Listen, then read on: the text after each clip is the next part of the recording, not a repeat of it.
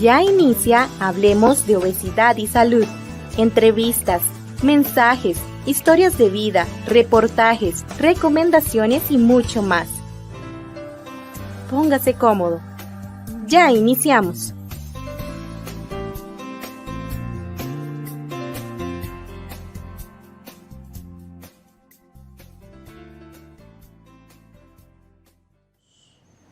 Hola, gracias por estar en este momento con nosotros. Iniciamos un programa llenísimo de muchos temas. Vamos a tocar, como siempre, temas variados. Vamos a estar con especialistas. Adriana Solano les acompaña y Arturo, que de verdad que viene llenito este programa. Hola Adriana, así es, tenemos mucha información en este programa el día de hoy. Le agradecemos como todas las semanas su sintonía y también queremos recordarle que este programa llega a usted gracias al apoyo de la compañía Novo Nordisk. Adriana, entremos en materia de una vez. De una vez vamos al siguiente segmento.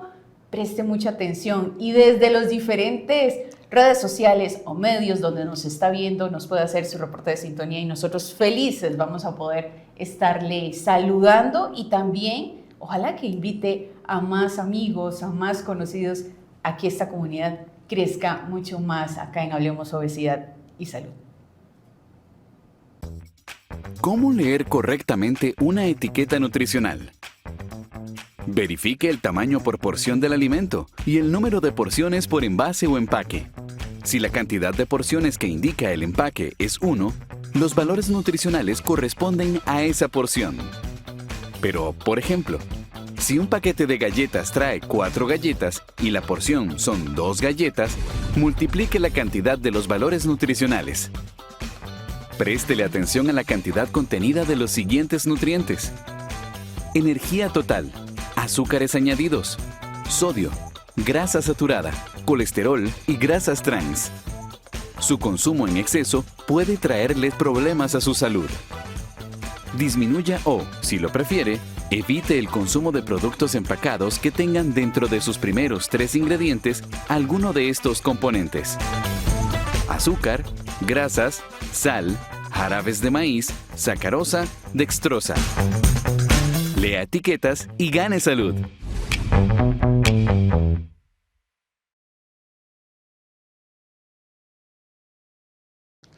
Una de las secciones que a mí más me gusta es recordar las entrevistas que hemos hecho a lo largo de todos estos años en nuestro canal de YouTube. Usted puede encontrar todo el material que hemos generado desde el 6 de enero del año 2018. Ahora, en Hablemos de Obesidad y Salud, vamos a recordar una de las entrevistas con un profesional de la salud emocional que tuvo mucho impacto en aquel entonces. Con ustedes, la entrevista del recuerdo.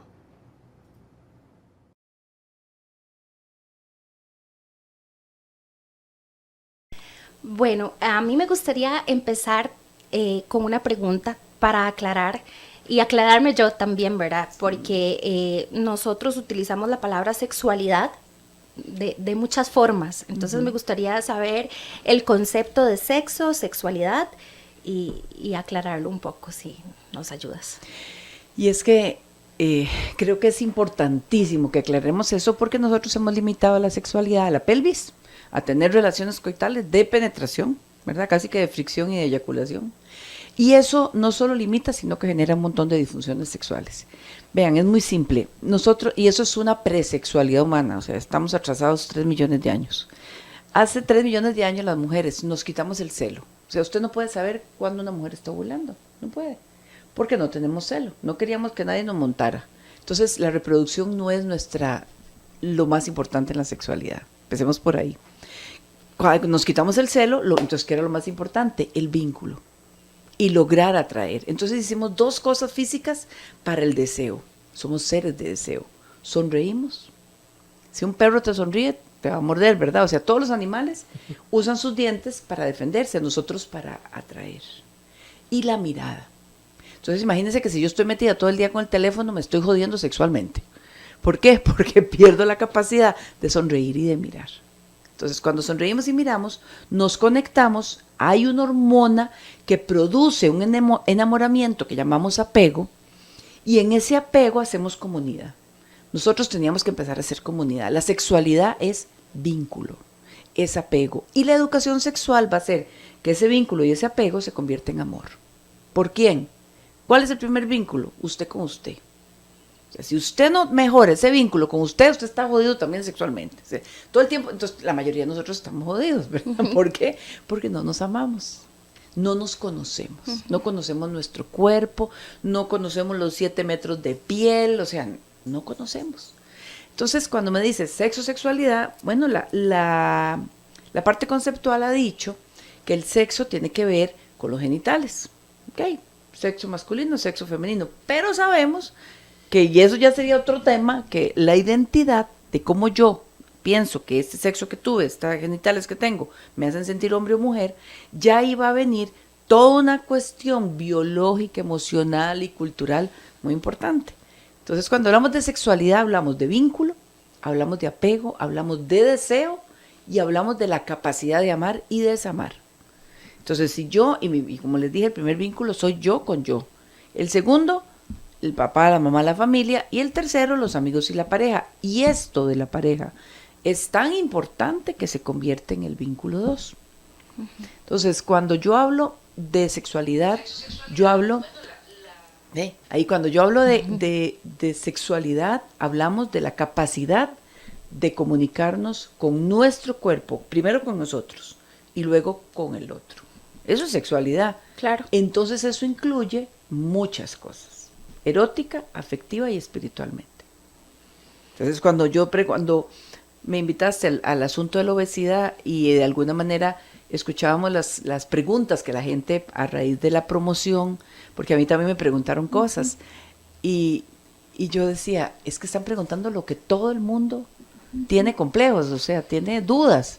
Por ejemplo, ¿por qué no me desnudo? Cualquier cantidad de gente tiene vergüenza de su cuerpo y las mujeres apagamos la luz, porque el gordito, porque el otro, porque la mancha, porque la sexualidad femenina nos ha puesto, nuestro mayor deterioro es nuestro cuerpo, porque existe la pornografía y todo esto hace que nuestro cuerpo se convierta en un objeto sexual. Entonces somos objetos, no sujetos.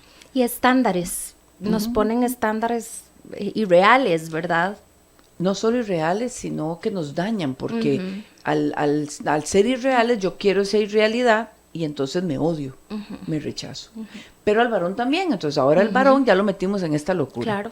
¿Verdad? Porque si antes no le preocupaba y era un problema de salud, ahora es un problema de estética. Entonces el varón tiene muchísimo peso porque al varón el daño más grande que le hacemos es que les negamos la expresión de emociones. Y ahí voy a explicarles algo que es genial. El cerebro, donde hicimos esta evolución, la parte más importante se llama amígdala, pero no son estas, es una que está aquí adentro. Y esta amígdala tiene a la par como uña y mugre al hipotálamo, que es el impulso sexual. Entonces, nuestro alborotazón siempre responde a una necesidad emocional. Entonces, claro, para que pudiéramos encontrarnos, lo que hizo el impulso sexual fue, cada vez que yo tengo miedo, tristeza, enojo o alegría, impulso sexual, alborota, excita y busca. Lo que pasa es que nosotros pensamos, por ejemplo, estoy triste y yo puedo llorar y abrazo y en ese momento estoy excitada. Pero la gente piensa que la excitación está en la pelvis, entonces viene el alborotazón o lo que fuera. No, estoy excitada porque necesito abrazar. Eso emoción también es sexualidad, porque todo lo limitamos al pene erecto, a la vagina, al orgasmo. Y el orgasmo, de hecho, es un reflejo. Si usted es muy controlador, no va a tener orgasmos. Entonces, imagínese, usted lleno de complejos, todo controlador, apaga la luz, usted no va a sentir nada. Totalmente. Y de fijo va a tener una disfunción sexual. Eso me pasó por muchos años a mí. Sí. Sí, claro. Antes de aceptarme a mí misma, que yo empecé el proceso cuando les conté hace aproximadamente unos 8 años y yo no podía ni verme al espejo, ¿verdad? No podía ni verme al espejo. Tuve que pasar un año aprendiendo a conocerme, a amarme, a aceptarme. Y antes de eso yo nunca había tenido un orgasmo, ¿verdad? Hasta que yo logré amarme y todo cambió. Qué fuerte, ¿verdad? O sea, mucho. Ve qué fuerte eso que está diciendo. O sea, qué fuerte y qué hermoso. Porque estás diciendo, hasta que yo no logré amarme y verme, y eso mismo tiene que hacer el hombre. Y al varón no se le enseña a amar, sino que amarse, sino porque se le enseña a que tiene que rendir y hacerse cargo del orgasmo de ella. Qué pecado, ¿no? Vea qué pecado, porque yo le digo... Y va el ego, va todo, porque, No, es bueno, peor. hasta ahora está, ¿verdad? Porque también es no solo a cargo de eso, sino a cargo de la economía, de mantener, entonces todo se lleva ahí también, ¿verdad? Sí, Claro. pero ponete a pensar, decime vos, a ver, vamos a incluir aquí al caballero. Decime, vos tenés una idea de cómo vibra a nivel de placer la vulva. Ni idea. ¿Y cómo le va a explicar entonces a una mujer? O sea, porque yo no tengo la menor idea de cómo se sentirá un pene erecto, digamos. No tengo la menor idea. Yo no tengo la menor idea. O sea, no sé lo que sienten, qué es la vibración, cuál es el placer, y menos si eyaculan. O sea, ¿qué voy a saber yo qué es esa vaina? Porque la eyaculación femenina, que se puede dar por mucha estimulación de clítoris, ¿verdad? Para que agarren volados, es completamente diferente a la masculina. Entonces, ¿cómo una persona con una anatomía tan diferente a la mía se hace cargo de mi placer? Eso es pura tontería cultural, ¿verdad? De exigencias. Entonces, imagínense la frustración en el varón. Cuando el varón se da cuenta que ni vistiéndose de Robin Hood, ni de Rambo, ni de nada, ¿verdad? Ni de George Clooney, ¿verdad? Ni nada de eso, tan guapos que son. Ni haciendo ninguna maniobra va a poder lograr que la mujer, si no se conoce, si no se ama, si no se ha explorado y no se ha estimulado, no es capaz de poder disfrutar el encuentro. O sea, tiene que empezar, porque la primera tarea en educación sexual que hacemos es que la persona tiene que verse en el espejo. Y tiene que ver, y en el caso de las mujeres, verse toda, incluyendo allá abajo, ¿verdad? Porque nadie se conoce sus genitales, y nuestros genitales al estar internos no los conocemos. Entonces, primer paso de educación sexual en cualquier ser humano es mirarse al espejo, y le voy a agregar las frases, y decirse rica, divino, rico, divino, soñado. Y hay 2 frases, y a mí me gusta hacerlas casi con un espejo. Espérese para sacarlo, para que la gente lo entienda. Entonces, vamos a ver, aquí yo traje también espejos, es que no me traje las vaginas y otras cosas. Yo estoy lista. Muy bien, ve, aquí tiene uno. Y entonces uno agarra el espejo y se ve así y se dice, voy a decir yo en mi nombre, ¿verdad? Te amo, Margarita, creo en tus decisiones y te voy a cuidar siempre. Y esto que se ve tan sencillo Vamos, es difícil. Vamos, dele. Te amo, Silvia. ¿Qué era el otro? Creo en tus decisiones Creo en tus decisiones y te voy a cuidar y siempre. te voy a cuidar siempre. Oye, ahora sí. Sí, sí, sí. Una parte dura, ¿verdad? La parte Te dura. amo, Arturo. Creo en tus decisiones y te voy a cuidar siempre. Y uno tiene que mantener la mirada y algo verse, tan el alma. tonto, dice uno, y verse aquí, porque esta parte es como los ojos. Este es donde están las neuronas espejo.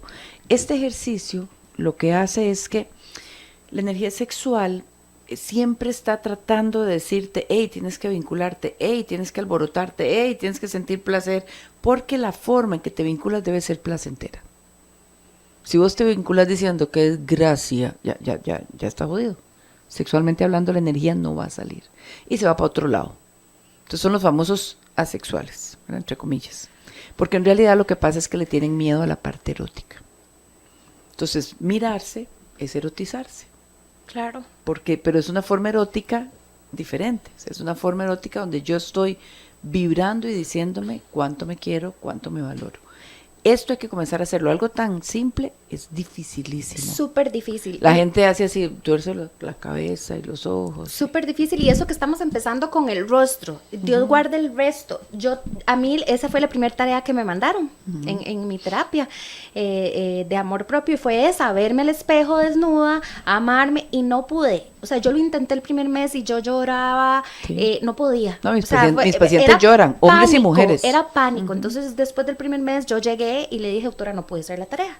Entonces tuvimos que devolvernos, y un mes más, todas las noches, velitas, hacer un espacio especial para mí misma, y empiece a ponerse cremita, y amarse el cuerpo y acariciarse, y entonces ya ese fue como que ahí rompí el hielo conmigo misma, y poquito a poco, pero el proceso todavía hoy en día lo tengo que hacer de vez en cuando, ¿verdad? Yo me estoy bañando y yo, así, cierto, mi amor, te amo, gracias, ¿verdad? Yo creo que eso es permanente hasta que cambie el chip. Claro. Porque precisamente la obesidad, según el trabajo que hemos visto a nivel neurológico, sucede como una defensa del cuerpo ante un peligro inminente.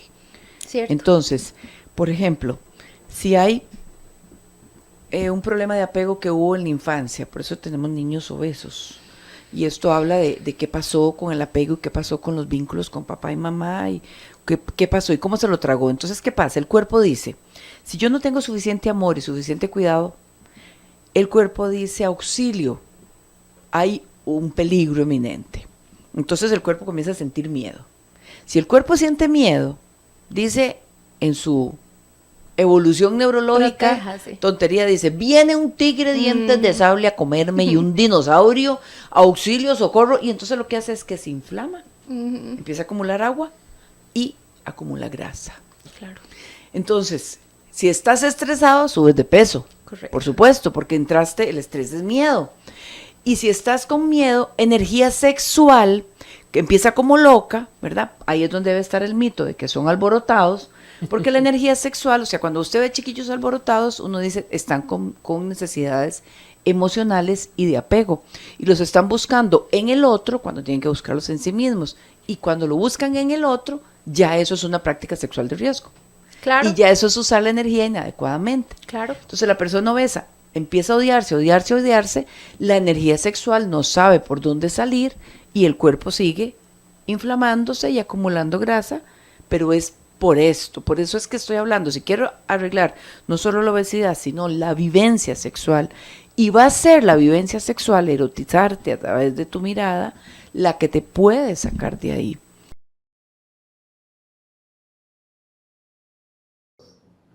Después de escuchar este mensaje, vamos ahora a escuchar nuestro consejo nutricional acá en nuestra revista.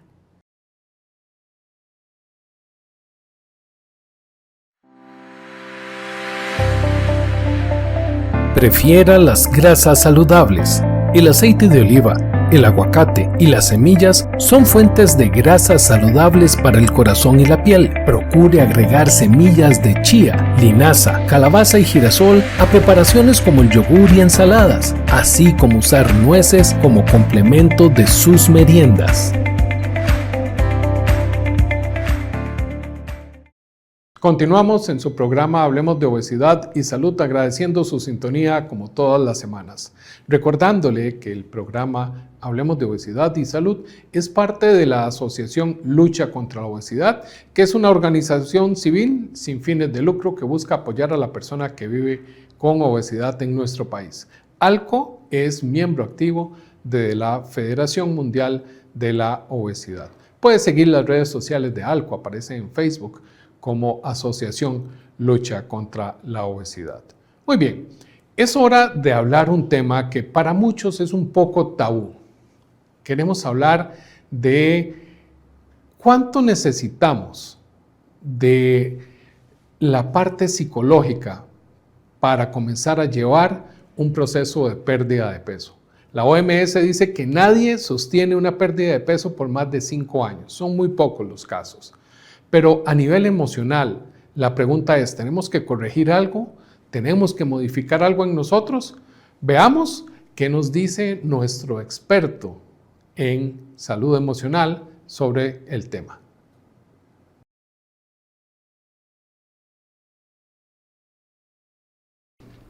Hoy tengo una invitada que a mí, les voy a ser muy honesto, siempre que me acompaña, yo soy feliz porque termino aprendiendo un montón. Hoy me acompaña la licenciada Marianela Gamboa. Doña Marianela, ¿cómo le va? ¿Qué tal, Arturo? Encantada como siempre. Para mí también es muy bonito estar por acá. Agradecido de que haya aceptado nuestra invitación. Doña Marianela, hoy quiero hablar un tema realmente interesante porque muchas veces nos encontramos con que queremos conversar con alguien sobre su obesidad, pero no logramos hacerlo asertivamente. Y yo, en lo personal, muchas veces lo pienso antes de decirle a alguien, podemos hablar de tu peso, porque creo que es un tema muy delicado. Realmente es un tema muy delicado.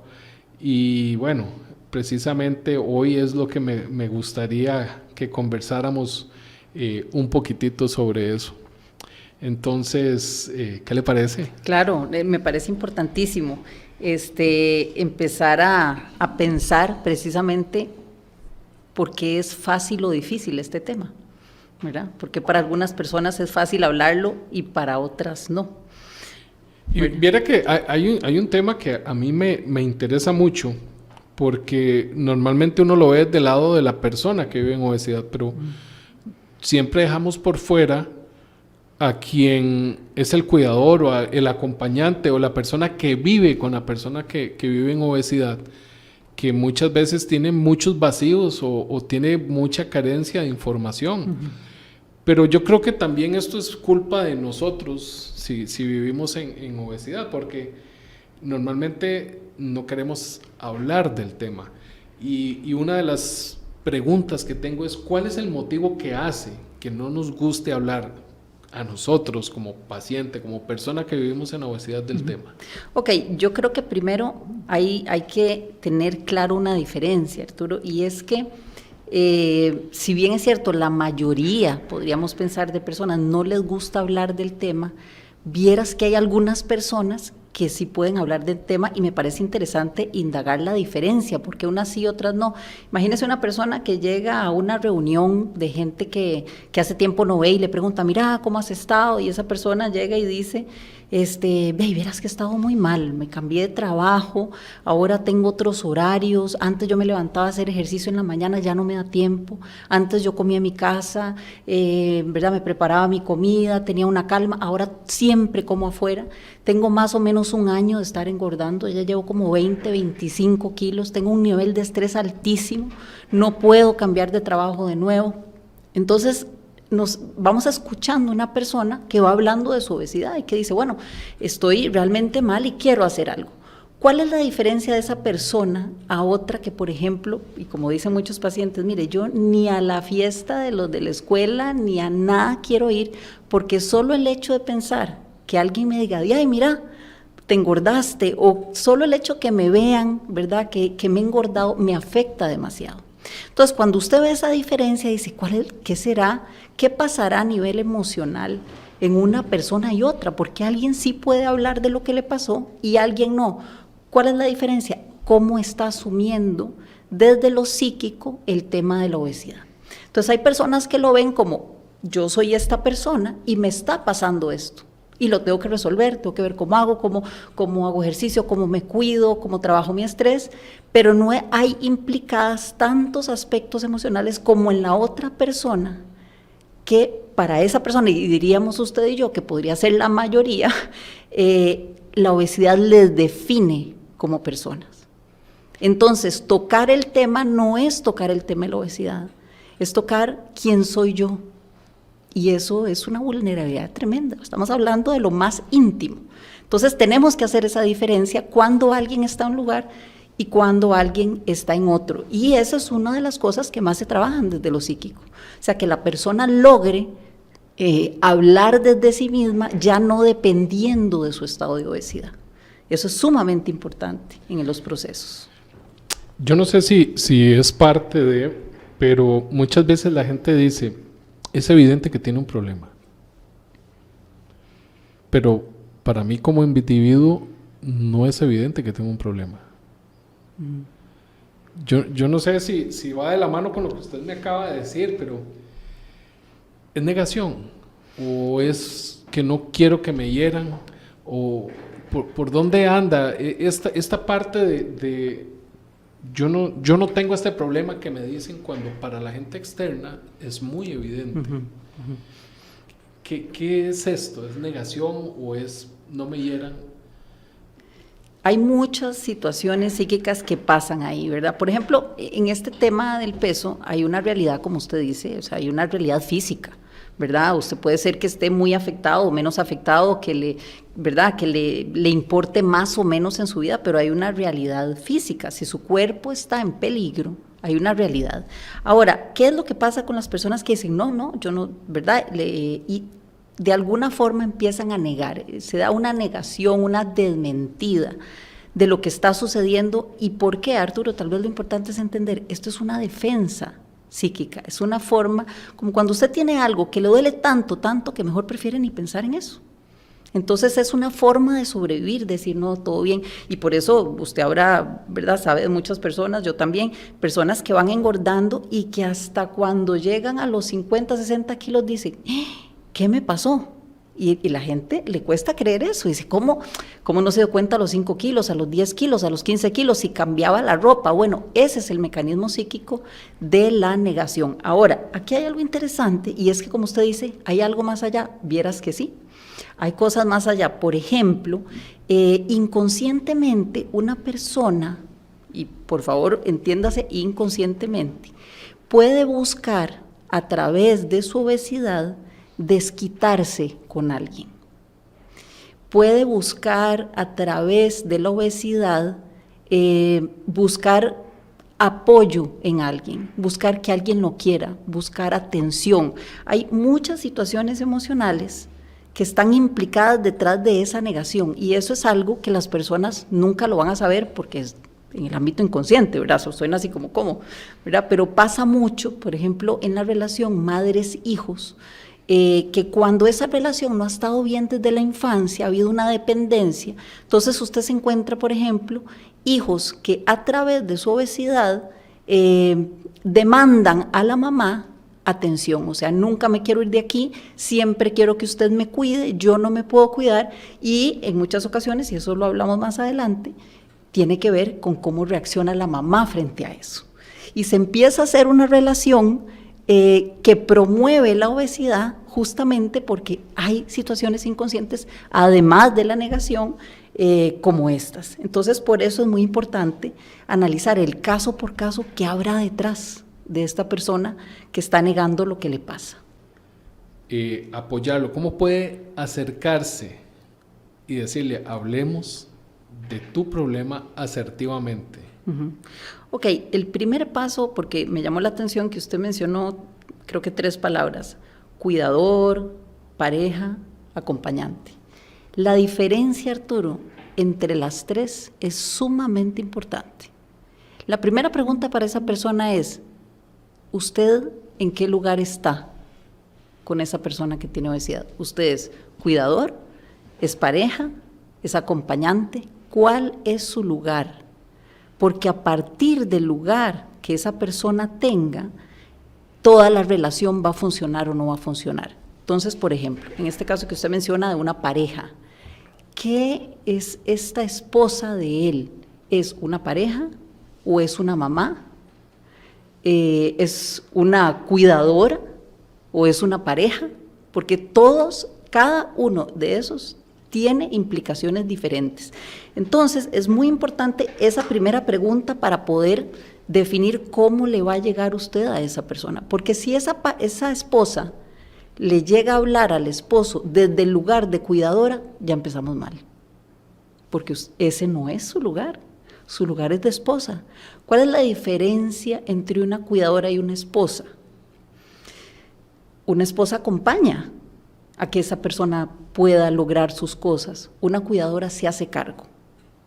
Y aquí vienen una serie de situaciones que hacen más compleja la relación. Entonces se encuentra a la esposa regañándolo, lo que usted decía ahora, ¿verdad?, gritándole. O sea, hay una desesperación porque la persona que está implicada y que lo sufre viendo a esa persona que usted quiere, cae en la trampa y entonces empieza a sentir inconscientemente que es responsabilidad de ella. Y que hay una parte que ella pudiera hacer, por lo general mayor de la realidad, ¿verdad? Porque no se ve a esa pareja como una persona adulta, sino que se ve como ese que yo tengo que hacerle algo para que entienda, hay algo que yo puedo hacer, y toda esta sensación entrampa tremendamente ese objetivo que usted está preguntando, cómo hacer para que esa persona le logre hablar.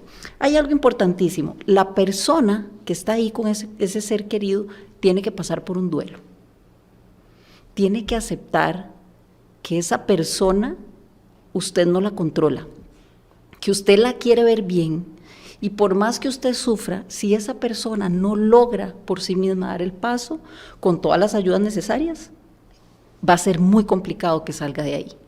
Entonces, ese duelo lo tiene que vivir el cuidador, la cuidadora, como dice usted, la pareja, o pensemos un poco en los distintos lugares, pensemos en esa persona que desea el bien para ese otro. Entonces, ese pasaje, ese duelo va a ser importantísimo para que la persona hable desde un lugar que no es el de control, ¿verdad? ¿Cómo hago para controlarlo? ¿Cómo hago para que cambie? ¿Verdad? Esa idea de que yo tengo el poder es otro tema importantísimo a trabajar. Y le voy a decir algo que tal vez es un poco difícil de explicar, y si no usted me dice que se lo amplíe, pero también en el cuidador resulta que pasan temas inconscientes. Muchas veces un cuidador, cuando usted empieza a analizar, tiene un, entre comillas, beneficio inconsciente de esa relación. Entonces, por ejemplo, esa mamá que sufre por ese hijo que no se cuida, a veces tiene un tema inconsciente donde necesita sentirse necesitada y ella no lo sabe y se relaciona con su hijo a través de la obesidad de forma que la necesite. Y no sé si usted ha escuchado muchos casos de personas que dicen, miras qué raro, mi mamá siempre me decía, mira, estás gorda, y me daba comida. Yo decía, por un lado me critica, no sé si ha escuchado de muchos casos, ¿verdad? Dice, por un lado me critica, me dice que pierde peso, y cuando llego a la casa lo primero que me tiene son postres. Y entonces ahí claramente, ¿verdad?, se ve la evidencia de que es una persona que también necesita apoyo emocional, porque sin darse cuenta, inconscientemente, y vuelvo a repetir, se está viendo beneficiada por alguna razón. Entonces, esto también hay que desenmascararlo, porque inclusive a veces son personas, como se dice, con baja autoestima, que sienten que la persona que tiene obesidad, que está sufriendo por eso, es menos que ellas. Entonces dice, bueno, pero es que él tiene este problema y yo, digamos, no lo tengo, yo tengo el control y él o ella no. Entonces, esa relación puede darse en parejas, puede darse en una relación de mamá-hijo, puede darse en una relación entre hermanos, ¿verdad? Todos son temas y de verdad que son muy profundos, ¿verdad? Porque solo uno, cuando ya va profundizando, se pueden dilucidar. Nosotros conocimos de un caso de un señor que vivió 4 años acostado en una cama, su obesidad no lo dejaba levantarse, y él me decía, por 15 años, cristianamente me tomé una gaseosa y una orden de tacos chinos. Pero él duró 4 años sin levantarse de la cama. Solo tenía una familiar, que era la mamá. ¿Quién era el proveedor? Exacto. ¿Y el por qué?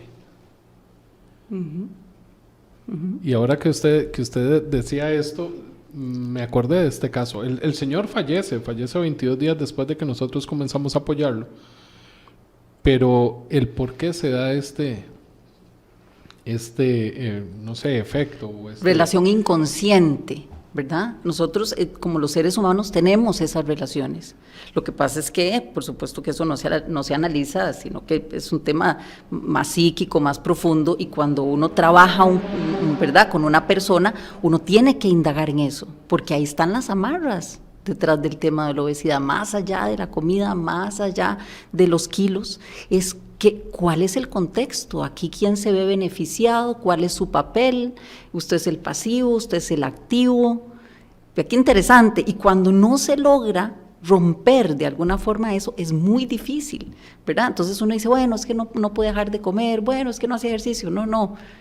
Es que no se trabajó la parte emocional, relacional, ¿verdad? Con estos que hoy es el tema, ¿verdad? Muy interesante, y por eso es importante desenmascarar, ¿verdad? Porque, y de verdad, usted ve a esa mamá y la ve genuinamente preocupada, y a esa esposa y la ve, pero es muy importante indagar qué hay detrás también. ¿Qué tan frecuente es esto que usted nos acaba de decir? Esta relación. ¿Esta relación? Está todo el tiempo. En todos los pacientes está esa relación con la mamá, con el papá, y digo mamá como una función, porque a veces no hubo una mamá, era la abuelita, a veces no era la mamá, era la tía, ¿me explico? Entonces uno no lo piensa, no lo estudia como la madre solamente, sino quién se relacionó de esa forma, por qué enganchó. Hablamos muchas veces también que y no es poco frecuente que haya personas que están en situación de violencia, también personas que tienen obesidad, y bueno, usted encuentra que muchas veces las personas se enganchan con parejas que se relacionan a como las trataba la mamá y se repite la relación, esta que estamos hablando, en otras personas. Inconscientemente uno busca una relación similar a la que ya tuvo o con la que ya creció. Es muy probable que se repitan, porque si eso no se trabaja, es la forma en que se relacionó usted, en que aprendió justamente en las etapas de la infancia, a cuál era su lugar, qué tenía que hacer, quién demanda, quién pide, qué se pide. Por eso es muy importante analizar en cada caso, Arturo, y esto sí es importante decirlo, en cada caso es diferente, ¿verdad? Claro. No es que siempre pasa que hay a veces hay muchas cosas detrás, pero siempre hay una relación que hay que ir a analizar, aquí qué pasó, aquí qué está pasando y cómo hay que trabajar esto. ¿Cómo evitar que llegue ahí? ¿Cómo hablamos de su problema asertivamente sin que se me ofenda mi familiar, mi esposo, mi pareja, no sé, como quieran decirle, pero evitando el síndrome del cuidador quemado? Claro. Como dijimos, de nuevo, número uno, que se hagan la pregunta, ¿qué lugar están teniendo con esa persona? Si sigue siendo el cuidador, es una pregunta. Cuidadores serían de niños. Por eso aquí de una vez me acuerdo de decirle que en algún momento tenemos que hablar de obesidad infantil, porque obesidad en la infancia, porque ahí sí, usted es un cuidador, literal, y no hay otro, ¿verdad? Pero aquí, cuando hablamos de adultos, un cuidador es extraño, excepto en el caso que usted decía, que una persona no se puede mover y alguien le lleva la comida. Ese es un cuidador, porque esa persona depende. Entonces, número uno, ¿cuál es su lugar? ¿Usted es la esposa, usted es el hermano, la hermana o el cuidador? ¿Verdad? Si usted dice cuidador, alerta. Siguiente paso, límites claros. Hay una persona que está al frente que muchas veces dice, bueno, pero por favor, ayúdame, yo tengo que mejorar esto de alguna forma, ¿verdad? La persona pide ayuda. Entonces, esa persona que va a ayudar tiene que decir, ok, ¿qué puedo hacer yo para ayudarle? ¿Ok? ¿Qué puedo hacer? Entonces vienen límites claros como cuáles, por ejemplo. ¿Qué puedo hacer yo sin que me afecte a mí? Puedo ayudarle a la cocina, ¿verdad? Puedo ayudarle a cocinar, puedo ayudarle a organizar sus comidas, eso es un tema que yo puedo hacer. Puedo decirle en la mañana, bueno, levántese, puedo levantarle, ¿verdad? Eso sí, mis reglas son, yo le digo, levántese, vamos a ir a caminar. Si usted no quiere, ya no es mi tema. Hasta ahí llego yo. Yo le puedo ayudar en esto, le puedo ayudar en lo otro. Entonces, límites claros en qué le puedo ayudar. Por ejemplo, si usted reconoce que tiene momentos compulsivos, cuando usted sienta que está muy triste, yo lo puedo escuchar, venga y cuénteme, y hablamos de eso. Entonces, establecer claramente y preguntarse como persona que acompaña o que está viviendo a la par de alguien que sufre esto, es decir, ¿yo qué puedo hacer? ¿Hasta dónde llego yo? Preguntárselo antes. ¿Cómo estaría cómoda o cómo estaría cómodo yo y satisfecho y satisfecha de ayudar a esta persona? ¿Qué es lo mejor que yo puedo hacer sin hacerme daño? Sin agotarme, ¿verdad? Sin que yo le diga, hey, levántate, vamos a caminar, que la persona no diga, no, hoy no quiero ir, sin que yo me vaya a caminar triste, ¿verdad? Sin que yo me vaya diciendo, ay, no lo logré hoy, ay, no, esta persona se va a morir. Todo eso hay que trabajarlo muy bien en esa persona que está a la par, porque aquí viene el enganche de culpa, de que yo puedo hacer algo, y ahí se empieza a trasladar ese papel de pareja, de hermano o de amigo en ya un cuidador, que esa es la parte más peligrosa. Después, otra cosa importante para no llegar a ese punto de frustración y, como usted le llama, a ese punto de estar quemado, buscar ayuda psicológica. A veces la persona que está ahí viendo eso ve a alguien, y como usted lo ha dicho muchas veces, ve a alguien que va muriendo. Y eso no es fácil, es durísimo. Ver a su esposo, ver a su hijo, ver a su esposa, ver cómo hay un efecto de autodestrucción que se va cada vez haciendo más grande, y es una tristeza tremenda. Entonces, ¿cuál es otro paso importante? Busque ayuda, porque usted también está en duelo, porque también eso duele, es difícil, y la aceptación de que usted no llega ahí, de que usted no puede cambiar a esa persona, también hay que trabajarla a nivel emocional. Mire que un día conversando con alguien que conozco que tiene, creo que pesa como 220, 240 kilos, él me decía, mire que cuando uno está en esta posición, muchas veces uno dice, usted me puede traer, usted me alcanza. Y él mismo me dijo, creo que hasta para uno es muy confortable saber que la gente está para servirle, digámoslo así. Exactamente, así. Entonces, ¿en qué punto se puede dar a alguien cuenta, me están usando? Exacto. El punto más importante es que se den cuenta de eso, precisamente, ¿verdad? Porque cuando ya usted se da cuenta de eso, también usted lo puede comunicar a la persona. No, yo creo que usted puede hacer, es importante que usted haga el esfuerzo de ir por eso. Bueno, mire, pero es que si a usted no le cuesta, usted no se va a dar cuenta que usted en este momento es independiente y usted lo puede hacer, ¿verdad? Entonces, por eso es tan importante trabajar con la persona que está a la par, porque la persona que diga, ay, sí, yo se lo traigo, ahí empezó, Arturo, esa relación que puede llevar hasta la muerte, porque eso no va a cambiar. Si usted se encontró una persona que necesita ser necesitada,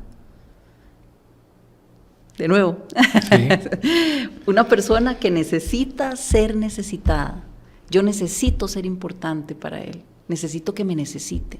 Entre más invalidez tenga, yo me beneficio porque me siento mejor conmigo misma, porque detrás mío hay un tema de autoestima baja, hay un tema de que no me creo importante, hay un tema y un montón de temas, ¿verdad? Que en cada caso habría que analizar. Entonces, por eso es importante, y además vea que el tema de la obesidad calza perfecto en eso. Ay, es que no me puedo mover bien, y, ¿verdad? No, es que la lesión, que claro, que si no se me pasa algo, entonces más fácil, ¿verdad? De caer en la trampa y de enredarse entre esas dos personas. Mira que tengo un comentario aquí, dice un Roberto Hernández. Parece que la frustración es lo que arrastra a algunas personas y buscan dañar a otros, aunque sean sus propios hijos. Es lo que él nos pone por ahí. Me pareció un comentario muy interesante. Claro, también. Por eso le digo que el tema de trabajar con las personas que están alrededor es fundamental. Una mamá que no trabaje culpas, una mamá frustrada, un papá frustrado, una tía, una abuelita, una persona que esté ahí, que no haya trabajado sus temas personales, puede depositarlos en esa persona que está en un estado de vulnerabilidad, ¿verdad? Me llamó mucho la atención algo que dijo usted ahora, y es el tratamiento psicológico de la persona que está ahí. Ya no le vamos a llamar cuidador.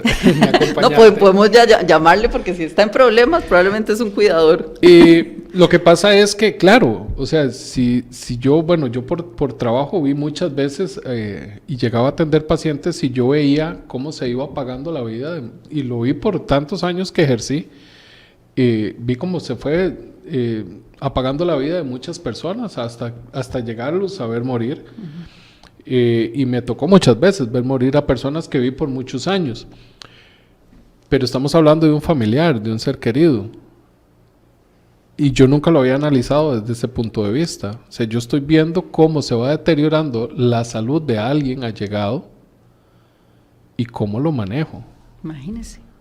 Esto está justificado, por ejemplo, en casos de cáncer, ¿verdad? Todo el mundo piensa en eso. Bueno, entonces cuando usted le anuncian un caso y le dice, bueno, su familiar va a pasar por estas etapas, le damos 1 año, le damos 2 años, le damos, ¿verdad? Entonces hay socialmente, y tal vez hay más información, diría yo, de que las personas empiezan a preparar, hay a veces grupos de apoyo para las familias de personas, ¿verdad? Entonces estos duelos se van manejando mucho más acompañados. Pero como usted claramente lo ha visto en el tema de la obesidad, esto está muchas veces sin hablar, sin desenmascarar y sin darle la importancia que tiene. Es un duelo durísimo también, ¿verdad? Porque de nuevo, lo que yo mencionaba ahora inconscientemente, que hay un beneficio detrás de esa persona, también hay un dolor, ¿verdad? O sea, eso es no es que necesariamente no la quiera a esa persona, sino que esa persona tiene un problema emocional que lo pone en su hijo, ¿verdad? Y que si esa persona logra trabajar su tema emocional, posiblemente pueda llegar a querer a su hijo bien, no destruyéndolo o no destruyéndola, ¿verdad? Entonces, como de punto de partida puede haber un amor, justamente se le requiere un acompañamiento para ese proceso, a veces, como usted dice, de despedida, lamentablemente, porque eso es lo que se ve en el proceso. Los años van pasando y usted dice, esto no funciona, y como muchas veces se ve también, personas que son operadas y que aún así reincide o no se puede y no hay forma, es un proceso de duelo muy duro.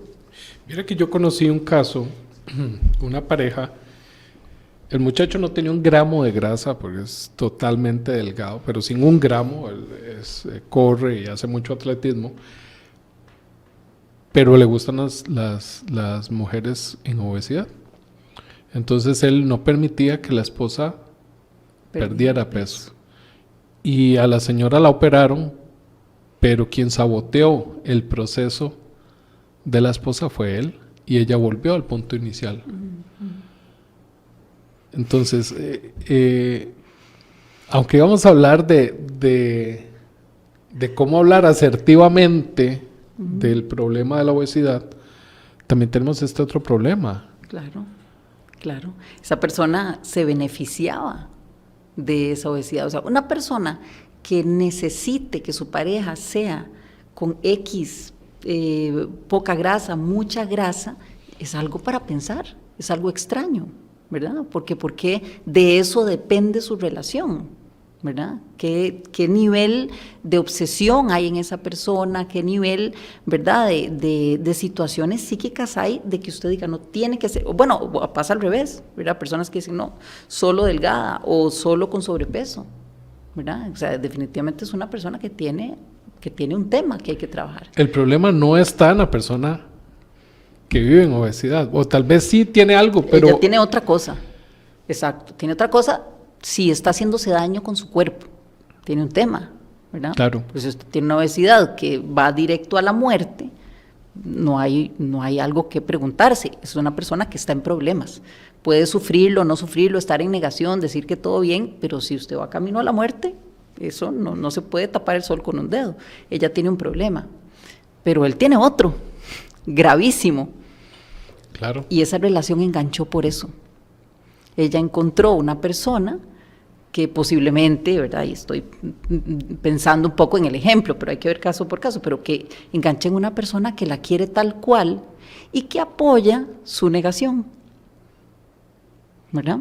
Claro. Entonces, digamos, si tenía que operarse porque su salud estaba en peligro, una forma de ella mantener eso es tener esa pareja que le boicotee, ¿verdad?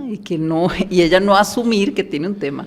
Claro, yo antes al inicio, cuando yo comencé con esto, yo le decía a la gente, la psicología es una pieza de un rompecabezas enorme que se llama obesidad, que pues tal vez si van al nutricionista es una pieza, si van al cirujano es otra pieza, pero en algún momento yo entendí que no era así, no es una pieza, sino ahora pienso que es la base de...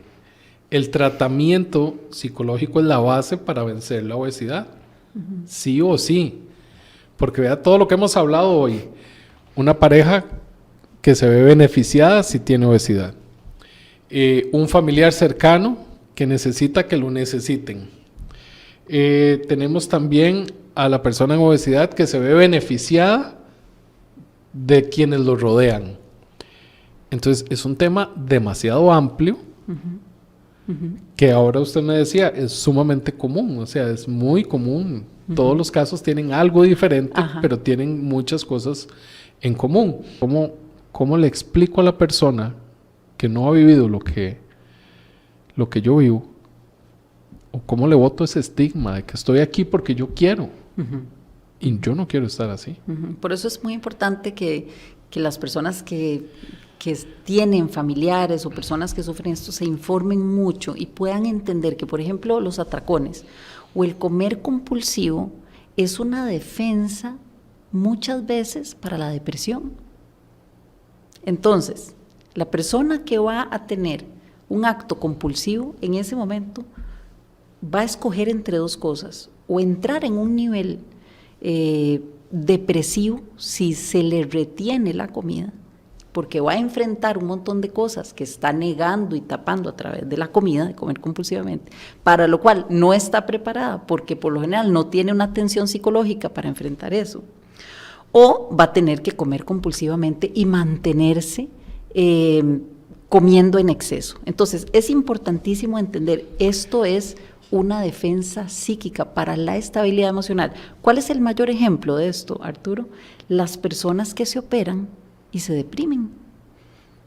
Ahí está. Y por eso, y usted ha tenido, ¿verdad? Usted siempre me manda los programas, a veces puedo verlos muchos, y las personas dicen, cuando yo me operé, a partir de eso tengo que tener tratamiento psiquiátrico, tengo que tener tratamiento psicológico, no es que me operé y ya. ¿Por qué? Porque cuando usted quita la comida, aparece lo que hay detrás. Y si usted no tiene el apoyo para sostener eso, usted se va a ir a la comida. Entonces es una defensa, es una forma de sobrevivir, obviamente dentro del daño, no es, ¿verdad? Porque hay una historia de infancia que provocó eso, pero es eso o lo otro, ¿verdad? Entonces las personas que están cerca tienen que entender, es una cosa incontrolable. Si una persona fue abusada sexualmente, la angustia, la ansiedad que se vive por un trauma que no se ha elaborado, que no se ha trabajado, se recuerda muchas veces a través de la comida, ¿verdad? Entonces es una repetición, el acto compulsivo es una repetición, es un mensaje, me pasa esto, me pasa esto, me pasa esto. Y es una repetición psíquica. Entonces, un atracón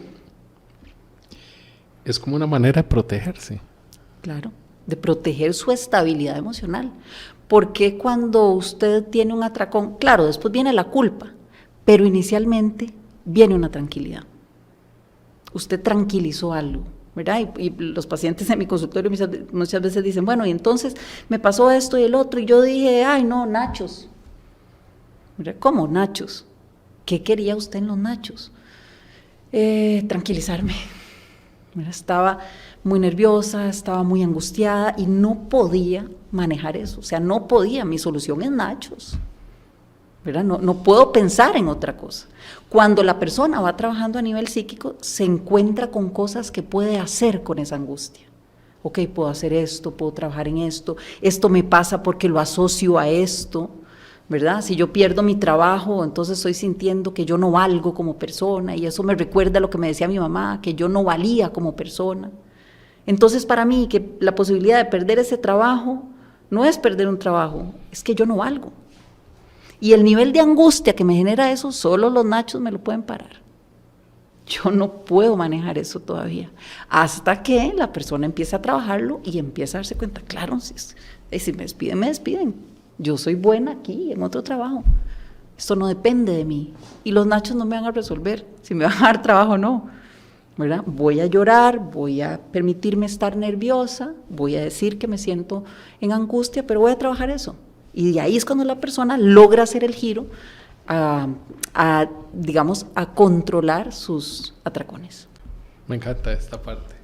Doña Marianela, muchas gracias por habernos acompañado el día de hoy. De verdad que ha sido un programa sumamente rico en información y nos vio mucha gente, nos escuchó mucha gente que se vieron ahí reflejados en pantalla y de verdad que gracias por acompañarnos hoy, que siempre es un gusto tenerla aquí. Igualmente, no, para mí el honor de estar acá, de compartir con la gente, me encanta cuando escriben, cuando hacen preguntas, la verdad es que si estos 30 años tienen sentido, gracias a pensar también en que esto puede ayudar a muchas personas que sufren.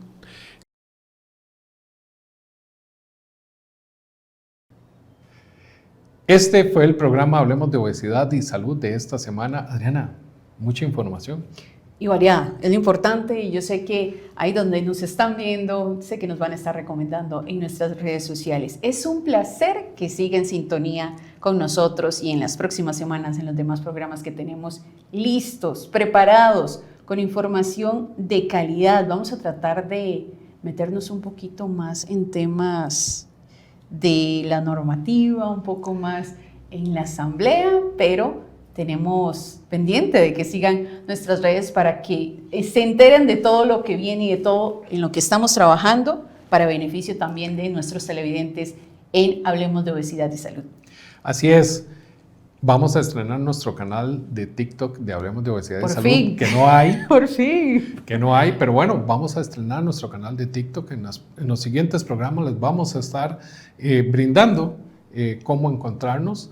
Les recordamos que compartan nuestro programa a sus amigos, a sus familiares y así poder hacer una comunidad más grande todavía. Y más fiel, como la que ya tenemos. Como la que ya tenemos, porque hay personas que nos escriben semana a semana. Quiero enviarle un saludo a doña Carolina Caballero, que todas las semanas nos escribe y que nos ve desde Desamparados.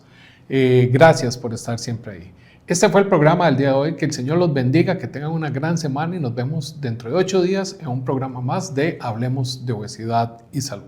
Hasta la próxima semana.